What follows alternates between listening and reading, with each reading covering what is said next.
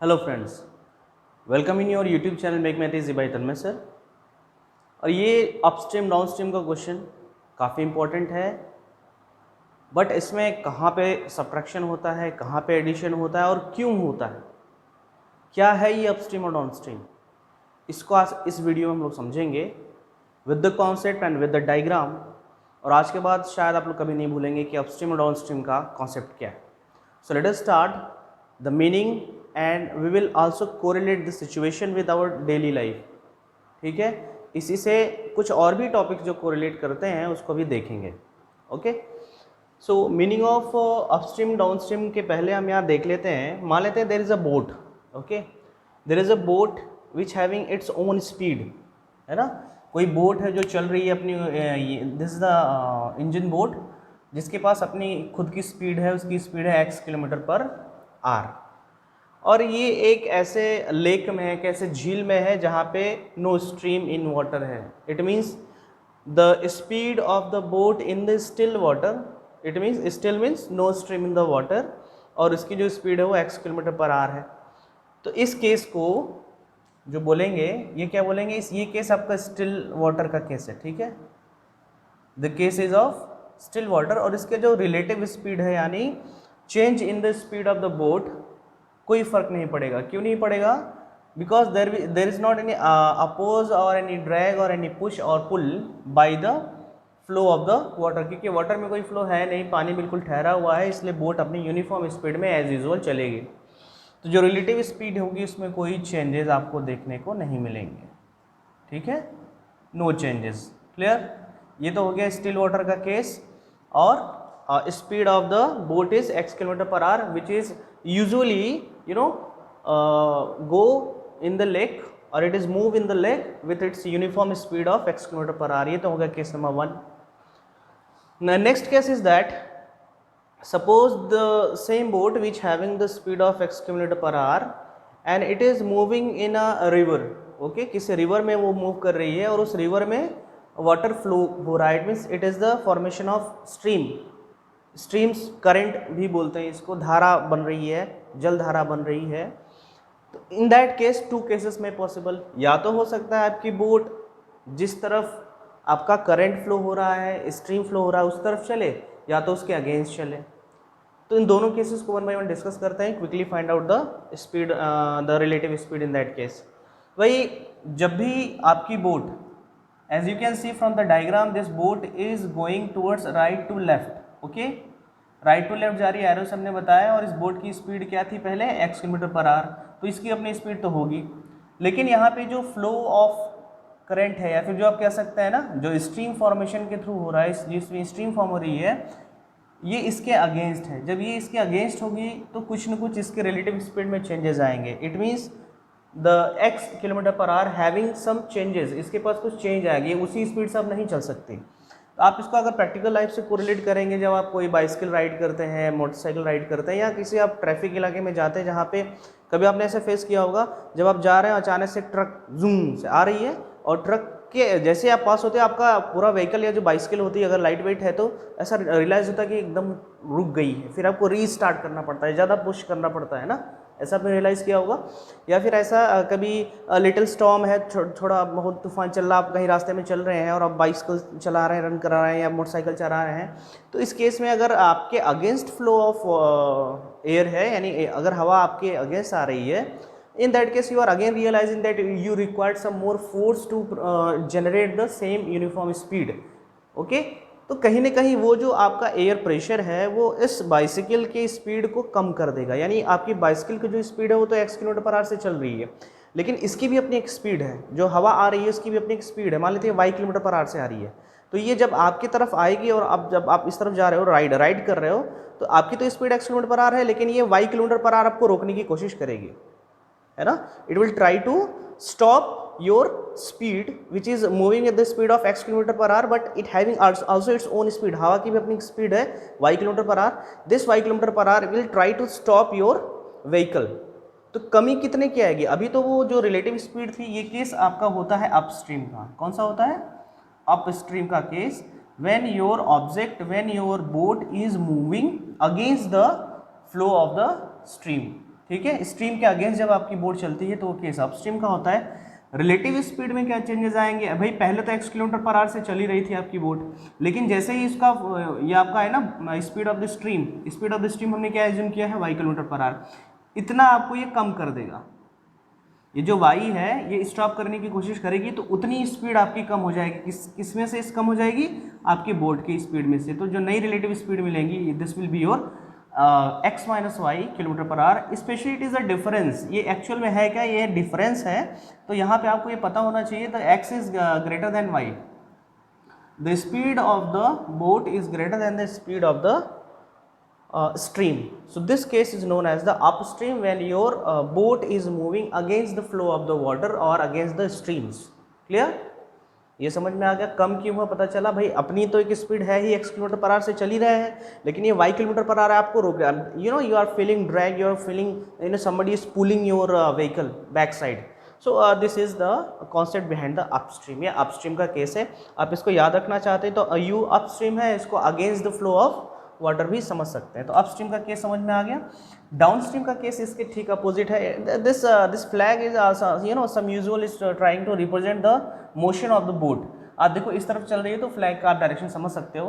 Another case is again with the same uniform speed is our boat is moving in the river. तो हो सकता है कि आपकी बोट जिस तरफ चल रही है और फ्लो ऑफ स्ट्रीम भी उसी तरफ है, तो कहीं ना कहीं इंक्रीज आपको देखने को मिलेगा। Again we are trying to correlate this with our daily life as like when we are riding the bicycle and when the air pressure is in the same direction in which our vehicle is moving, our bicycle is moving. So what will happen, you realizing that somebody is pushing you from the back, okay, or you are realizing that in less effort your speed is automatically little bit increases। ऐसा होता है, कुछ increase हो जाती है। तो ये increase यानी ये केस जो होगा this is the case of down stream. कौन सा केस होगा ये, this is the case of down stream. Down stream means with the flow of the stream और with the flow of the water with the flow of the current. Okay, ये current वो electric current नहीं है, यहाँ पे stream इसको भी current भी बोलते हैं in the case of this flowing of the water. तो रिलेटिव स्पीड में क्या भाई, आपकी तो पहले x किलोमीटर पर आवर से चली रही थी, लेकिन इसमें किसकी स्पीड ऐड हो जाएगी, जो एयर प्रेशर यानी हम जो बाइसिकल की बात कर रहे थे उसमें आपकी स्पीड ऐड हो जाएगी। तो नई जो रिलेटिव स्पीड मिलेगी this will be x plus Y kilometre per hour. This is the concept behind the upstream and the down stream. इस केस में भी देखिए इसमें ज़्यादा ज़रूरी था x is greater than y because it is about the difference. इसमें किसकी बात करते हैं हम लोग, डिफरेंस की बात करते हैं। डिफरेंस की बात करेंगे तो the one speed should to be greater than the another one, then we can easily find out the difference. It is not subtraction, it is the difference between both the speeds and difference always positive, remember it. तो ये तो हो गया हमारा upstream. Okay, upstream means against the flow of the stream and this is with the flow of the stream. Okay, when you're trying to correlate this topic with your riding of the bicycle, riding of the two-wheeler, in that case when you are facing this kind of cases that I recently explained, तो आपको समझ में आ जाएगा। ठीक है, now I am going to remove this and we are going to find out the some word problems by which we can understood more and more clear। तो ये समझ में आ गया होगा आपको। और भी आप जैसे रियलाइज़ किए होंगे जो मूविंग स्टेयर केसेस होते हैं। मूविंग स्टेयर केसेस मतलब जैसे आप मॉल वगैरह में जाते हैं या गए होंगे तो आपने देखा होगा there is a stair case which is automatically moving. Okay, इसको हम क्या बोलते हैं भाई, क्या नाम है उसका, ये नाम है क्या, स्केलेटर। स्केलेटर बोलते हैं उसको, जो ऑटोमेटिक मूविंग स्टेयर्स होती है, स्टेयर केस होता है।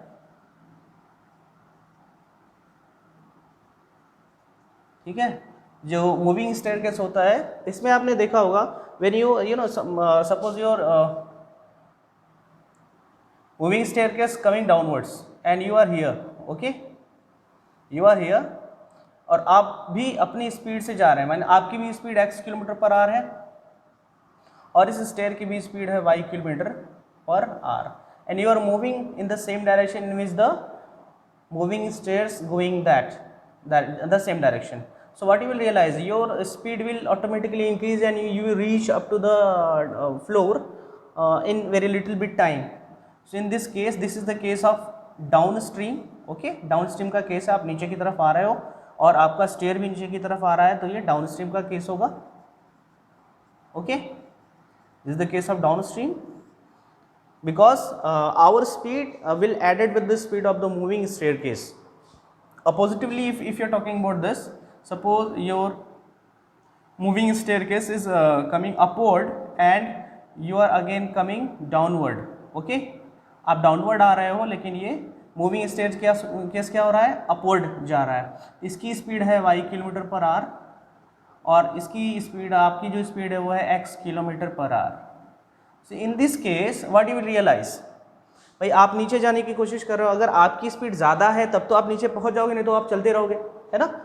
तो यहाँ पे अगर x की वैल्यू ग्रेटर होगी y से तो आप कुछ टाइम में नीचे तो पहुंच ही जाओगे.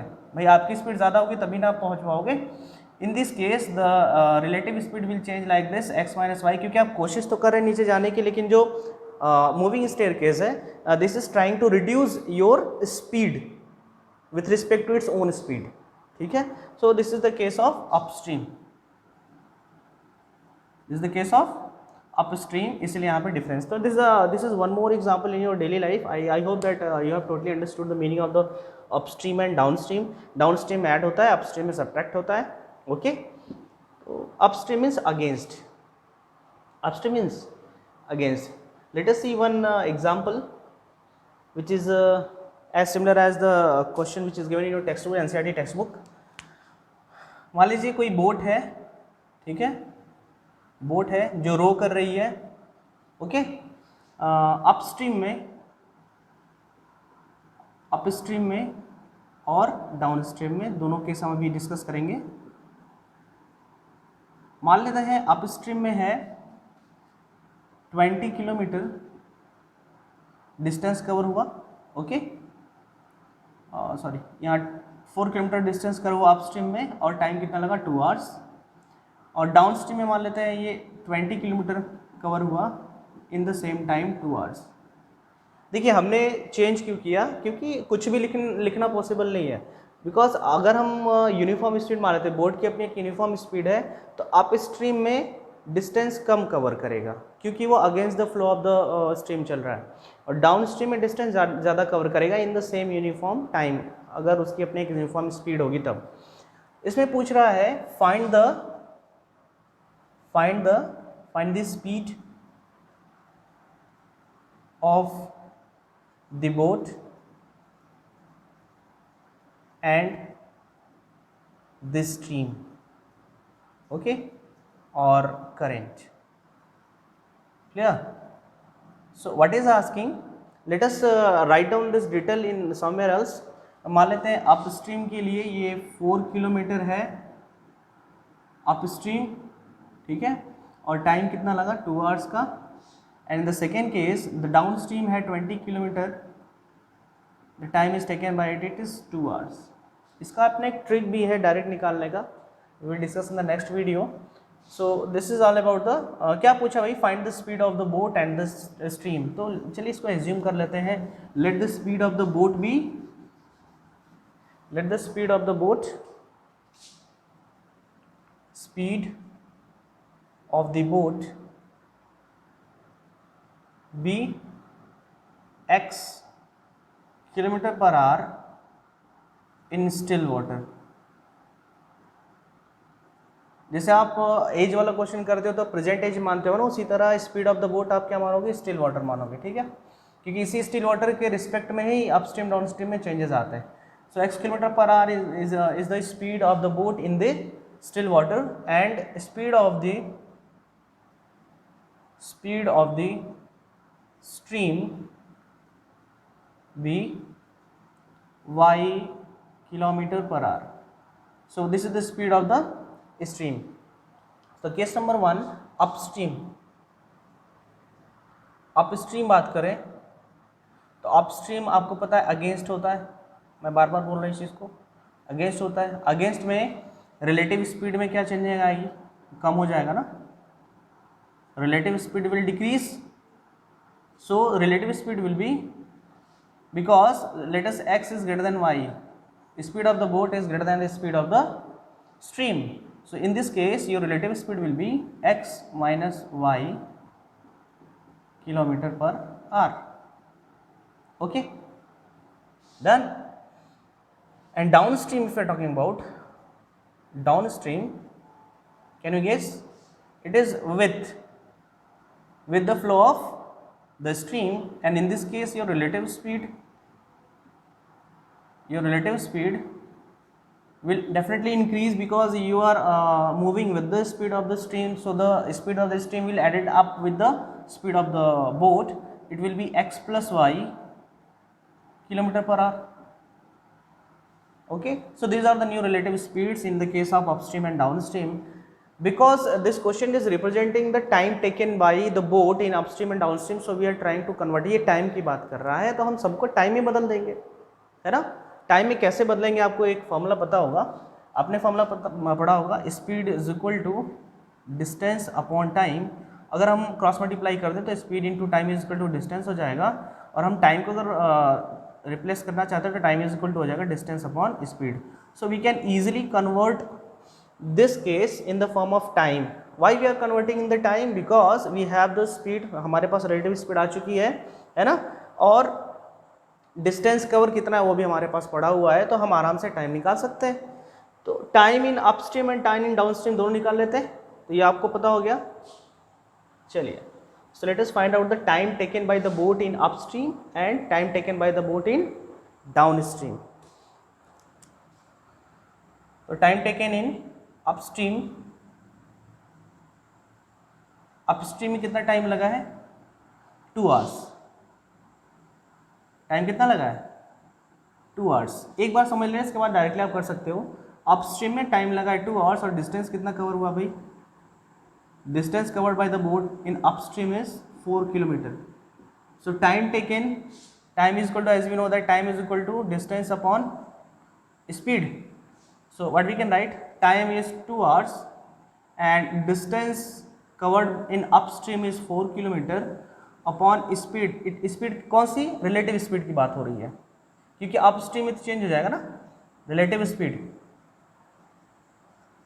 स्पीड की बात कर रहे हैं, और अपस्ट्रीम हमेशा कम होता है, तो x माइनस वाई की बात हो रही है यहाँ पे.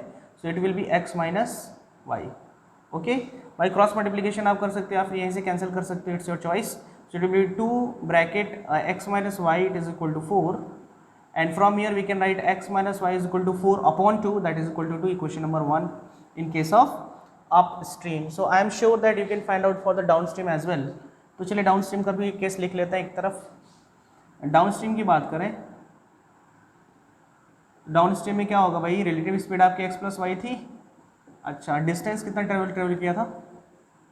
डिस्टेंस डाउनस्ट्रीम में 20 किलोमीटर ना, और टाइम कितना लगा था? 2 hours. So with the help of the same formula, time it means 2 hours is equal to distance कितना था भाई? 20 किलोमीटर, और स्पीड मतलब रिलेटिव स्पीड की बात हो रही है, यहाँ पे क्या आएगा? डाउनस्ट्रीम में x प्लस वाई, ये आपकी रिलेटिव स्पीड है ना. Speed of the boat in downstream 20 upon x plus y. इसके बाद आप cross multiply 2 bracket x plus y equal to 20, और 20 upon 2 it will be 10. So x plus y is equal to 20 by 2 is 10. So it will be question number 2nd, and then after you are able to find out the solution of these two pair of linear equation, two variables, by using any method in which you are comfortable. आप चाहो substitution लगाओ, आप चाहो cross product method लगाओ, या फिर आप चाहो एलिमिनेशन लगाओ. बट यहाँ पे देखिए पता चल रहा है कि भाई एलिमिनेशन ज़्यादा आसान है, तो बहुत आसान है. Okay, so is there any problem? I don't think that there should be any problem because I am explaining each and every topic, each and every point. तो रिलेटिव स्पीड का ध्यान रखना है, टाइम में कैसे कन्वर्ट करेंगे ये देखना है. इसके बाद आपको इक्वेशन लग जाएगा, दोनों इक्वेशन को छोड़ करके बाकी सब इरेज कर देते हैं. Okay, done. So let us solve these two equations. So note down these two. It will be x minus y equal to 2 and x plus y equal to 10. On adding, add करेंगे तो cancel हो जाएगा y, because the coefficients already equal. Elimination में क्या आपने पढ़ा था कि कोफिशिएंट बराबर होने चाहिए, और अगर वो ऑलरेडी अपोजिट साइन रखते हैं तो ऐड करेंगे. So on adding first and second equation, you have to write down the statement, equation number first and equation number second. Add करेंगे। In addition there is not any change of the sign, ये भी याद रखना है आपको। x plus x it will be 2x and this is cancel out, it is equal to 10 plus 2 because we are adding, so 10 plus 2 it will be 12 and x is equal to 12 by 2 it means 6। Okay, and on putting the value of x in any one of the equation, किसी में भी रख सकते हैं आप, so it will be, suppose we are putting in the second one, it will be x plus y equal to 10, so value of x is 6 plus y equal to 10 and the value of y will be, the 6 will be converted to the minus 6 and will be 4, so value of y is 4 where y is what, y is what, speed of the stream and x is what, the speed of the boat in the still water, so both the answer we have, now we can write out the answer, लिख सकते हैं आप, क्या लिखेंगे answer में, speed of the boat in still water will be, क्या भाई, x है ना, x आपने एज्यूम किया था, x की वैल्यू कितनी आई थी 6 kilometre per hour and speed of the stream will be, y है तो y कितना आया हमारा 4, it will B 4 kilometre per hour, this is the total explanation of this.